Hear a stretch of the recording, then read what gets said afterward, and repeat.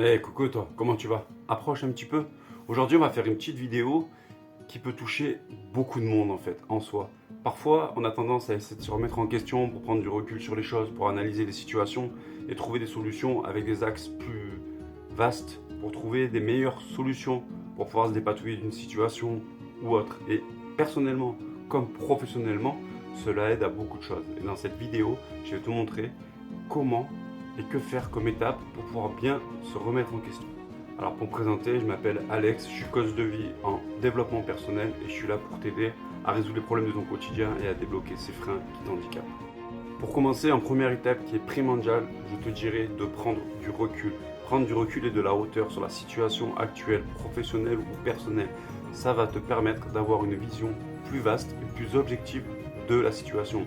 Et peut-être arriver à trouver d'autres visions des choses que ce que tu aurais eu juste avant. Donc je te conseille juste de prendre un petit peu de recul.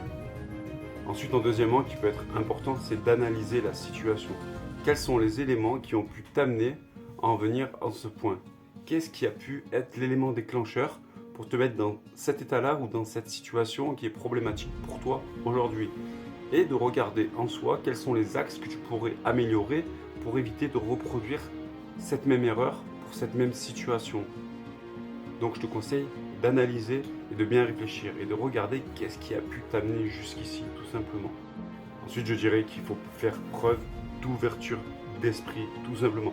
Il faut que tu sois prêt dorénavant et maintenant dans cette remise en question, prêt à mettre en doute et en opposition les croyances que tu peux avoir, les comportements aussi. Et d'être ouvert d'esprit face à d'autres perspectives, d'autres opinions de d'autres personnes. Alors, fais preuve d'ouverture d'esprit et remets en question toutes tes croyances s'il le faut et si tu en éprouves le besoin par rapport à ton analyse.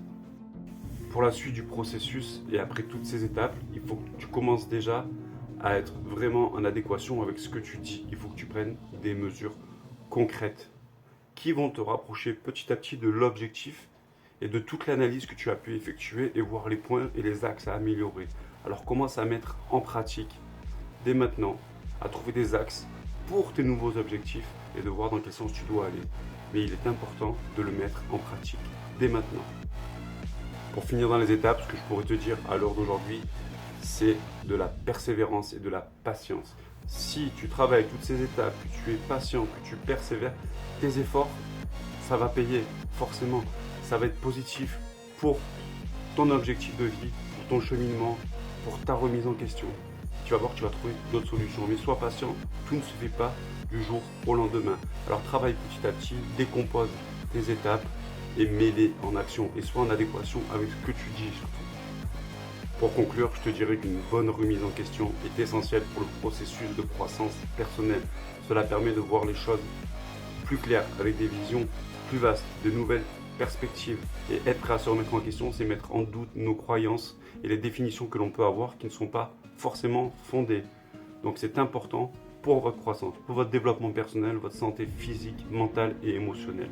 Alors bonne remise en question, je vous dis à bientôt. J'espère que cette vidéo elle vous a plu. On se retrouve bientôt pour une prochaine vidéo. Allez, ciao!